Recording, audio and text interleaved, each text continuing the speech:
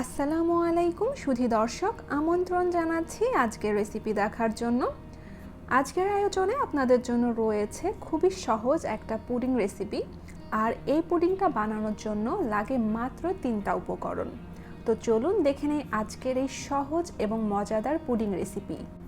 প্রথমেই পুডিংটা বানানোর জন্য আমাদের লাগবে একটা মিশ্রণ, আর এই মিশ্রণটা তৈরি করার জন্য আমি নিয়ে নিলাম 1 কাপ স্বাভাবিক তাপমাত্রার তরল দুধ। এর মধ্যে দিয়ে দিলাম হাফ কাপ কর্নফ্লাওয়ার বা কর্নস্টার্চ।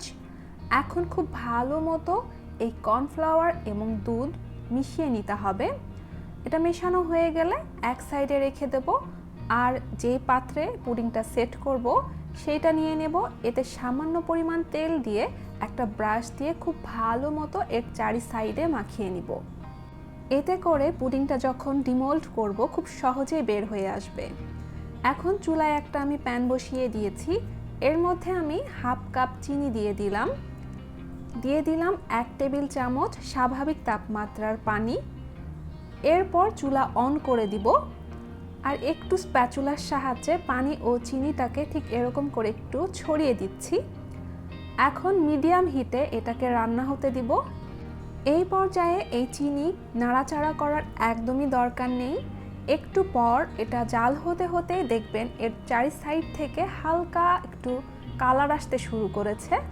যখন দেখবেন এই চিনিটা ঠিক এরকম একটু গোল্ডেন কালার হয়ে এসেছে, সেই অবস্থায় স্প্যাচুলার সাহায্যে এটাকে নেড়ে একদম পারফেক্ট ক্যারামেলের কালার হয়ে আসা পর্যন্ত এটাকে মিশিয়ে নিতে হবে।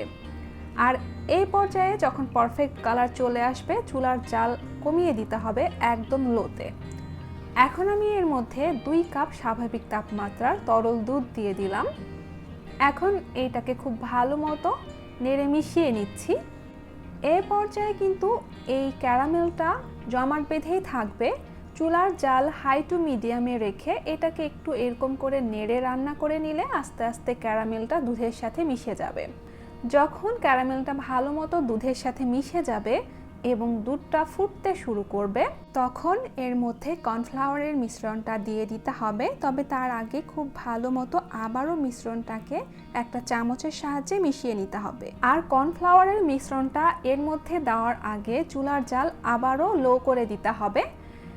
আর এই মিশ্রণটা দেওয়ার সাথে সাথেই কিন্তু এটা জমাট বাঁধতে শুরু করে, তাই এটা কিন্তু খুব দ্রুত মিশিয়ে নিতে হবে।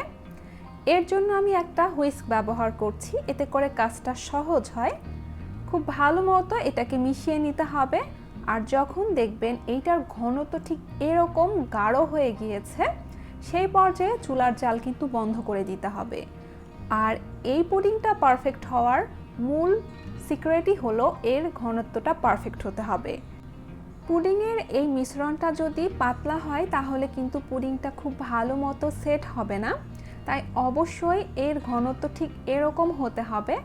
মিশ্রণটা ঢালার পর একটু ঝাঁকিয়ে নিতে হবে, আর উপর থেকে একটু স্প্যাচুলার সাহায্যে যতটুকু সম্ভব সমান করে দিতে হবে। এটাকে একটু বাইরে রেখে ঠান্ডা করে নিব। তারপর ফ্রিজের নর্মাল পোর্শনে 1 ঘন্টার জন্য রেখে দিব সম্পূর্ণ ঠান্ডা হবার জন্য।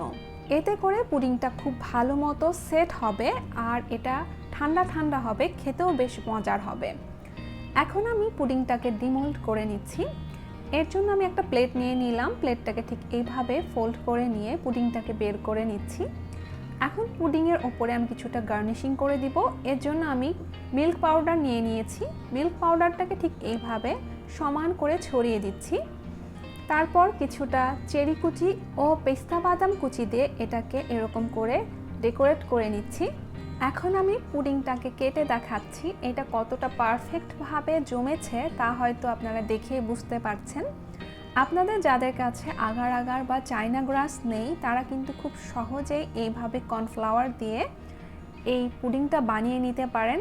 আর ট্রাস্ট মি, এটা খেতে কিন্তু অনেক মজার হয়, এতটা সফট হয়, আর ক্যারামেলের টেস্টের জন্য এটার টেস্টটা কিন্তু আরও অনেক বেশি বেড়ে যায়। তাই বাসায় অবশ্যই এই রেসিপি ফলো করে এটা তৈরি করবেন, আর কেমন হয়েছে আমাকে কমেন্টে জানাবেন। আর পরবর্তীতে এরকম নতুন ও সহজ রেসিপিস পেতে আমার চ্যানেলটি সাবস্ক্রাইব করে পাশে থাকবেন। আজকের মতো এখানেই শেষ করছি। আল্লাহ হাফেজ।